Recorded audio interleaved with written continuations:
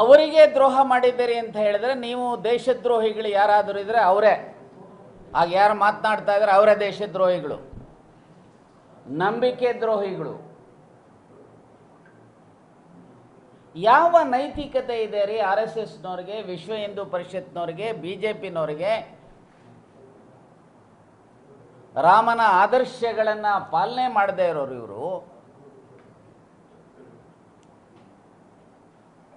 ಯಾವ ನೈತಿಕತೆ ಇದೆ ಈ ರೀತಿ ಮಾತನಾಡಲಿಕ್ಕೆ? ಕೇಳಲಿಕ್ಕೆ ಬಯಸ್ತೇನೆ. ಇವ್ರಿಗೇನಾದರೂ ಮಾನ ಮರ್ಯಾದೆ ಇದ್ದರೆ ಉತ್ತರ ಪ್ರದೇಶದ ಮುಖ್ಯಮಂತ್ರಿನೇ ನೈತಿಕತೆಯನ್ನು ಒತ್ತು ರಾಜೀನಾಮೆ ಕೊಡಬೇಕಾಗಿತ್ತು ಇಷ್ಟೊತ್ತಿಗೆ.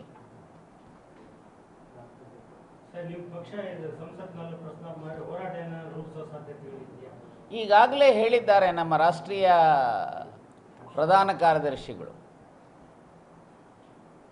ಇದು ಒಂದು ಪೊಲಿಟಿಕಲ್ ಪಾರ್ಟಿ ಇಶ್ಯೂ ಅಲ್ಲ, ಈ ದೇಶದ 140 ಕೋಟಿ ಭಾರತೀಯರ ಇಶ್ಯೂ.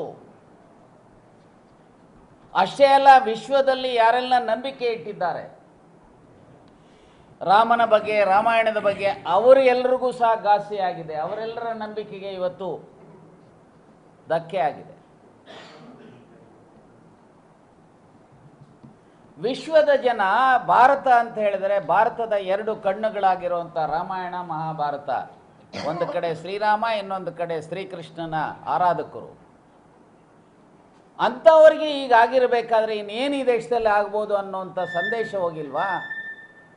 ಇದಕ್ಕೆ ಕಾರಣ ಇವತ್ತು ಈ ವಿಶ್ವ ಹಿಂದೂ ಪರಿಷತ್ತು, ಆರ್ ಎಸ್ ಎಸ್ಸು, ಭಾರತೀಯ ಜನತಾ ಪಾರ್ಟಿ.